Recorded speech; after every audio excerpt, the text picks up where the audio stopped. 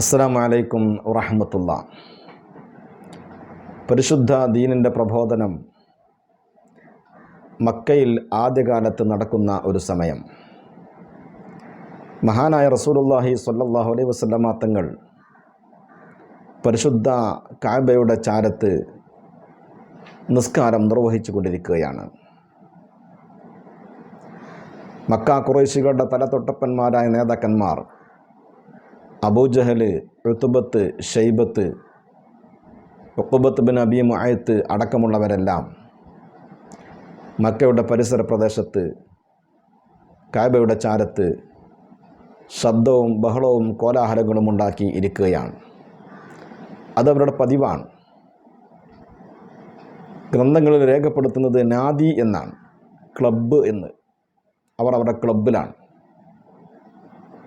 ഈ സമയത്ത് അബൂജഹൽ ചോദിക്കുകയാണ്, നമ്മൾ ഇന്നലെ അറുത്തിട്ട ഒട്ടകത്തിൻ്റെ കുടൽമാലകൾ ആരാണ് മുഹമ്മദിൻ്റെ കഴുത്തിൽ കൊണ്ടുവന്ന് ചാർത്തുക?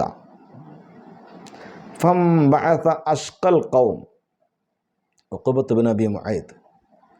ആ 7 ആളുകളുടെ കൂട്ടത്തിൽ ഏറ്റവും വലിയ ദുഷ്ടനായ ഉഖബത്ത് ബിൻ അബി മുഅയ്ത്ത് പോയി ആ ഒട്ടകത്തിൻ്റെ ചീഞ്ഞളഞ്ഞ കുടൽമാല വാരി വലിച്ചു കൊണ്ടുവന്ന് സുജൂദിൽ കിടക്കുന്ന മഹാനായ റസൂലുള്ളാഹി സ്വല്ലല്ലാഹു അലൈഹി വസല്ലമ തങ്ങളുടെ കഴുത്തിൽ ചാർത്തി.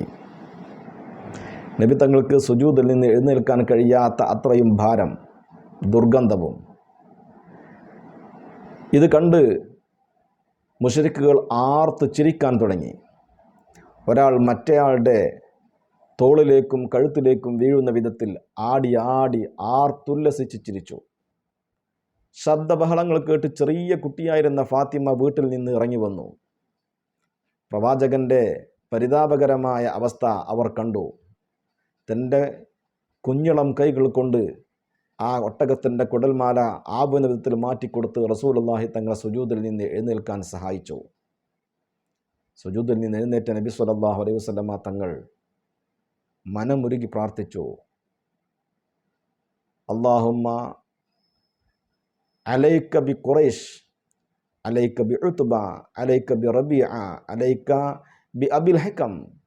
7 ആളുകളുടെ പേര് പറഞ്ഞുകൊണ്ട് റസൂലുള്ളാഹി സ്വല്ലല്ലാഹു അലൈഹി വസല്ലമ തങ്ങൾ, അല്ലാഹുവേ അവരെ നശിപ്പിക്കണേ, അവരെ തകർക്കണേ, അവരെ പരാജയപ്പെടുത്തണേ എന്നിങ്ങനെ പ്രാർത്ഥിക്കാൻ തുടങ്ങി.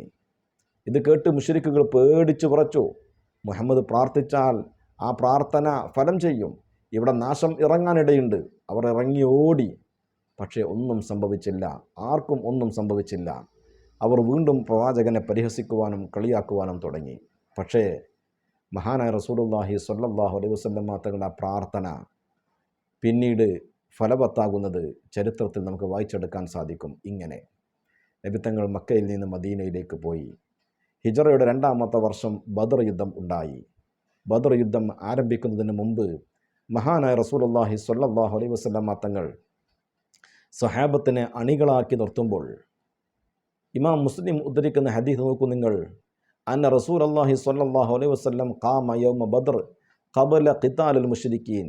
യുദ്ധങ്ങളും മുശ്രിക്കുകളോട് ഏറ്റുമുട്ടുന്നതിന് മുമ്പ് റസൂലുള്ളാഹി നിന്നു.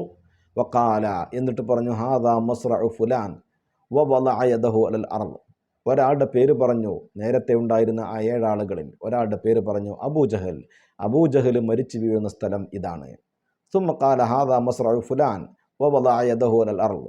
ഭൂമിയിൽ കൈവച്ചുകൊണ്ട്, ഇതാ ഇവിടെയാണ് ഉത്ബ വീഴുക, ഇതാ ഇവിടെയാണ് ഷൈബത്ത് വീഴുക, ഇതാ ഇവിടെയാണ് വലീദ് വീഴുക, ഇതാ ഇവിടെയാണ് ഉഖബത്ത് ബിൻ അബി മുഅയ്ത്ത് വീഴുക എന്നിങ്ങനെ റസൂലുള്ളാഹി സ്വല്ലല്ലാഹു അലൈഹി വസല്ലമ തങ്ങൾ കാണിച്ചു കൊടുത്തു എന്ന് ഉമർ ഇബ്നു ഖത്താബ് റളിയല്ലാഹു അൻഹു പറയുകയാണ്.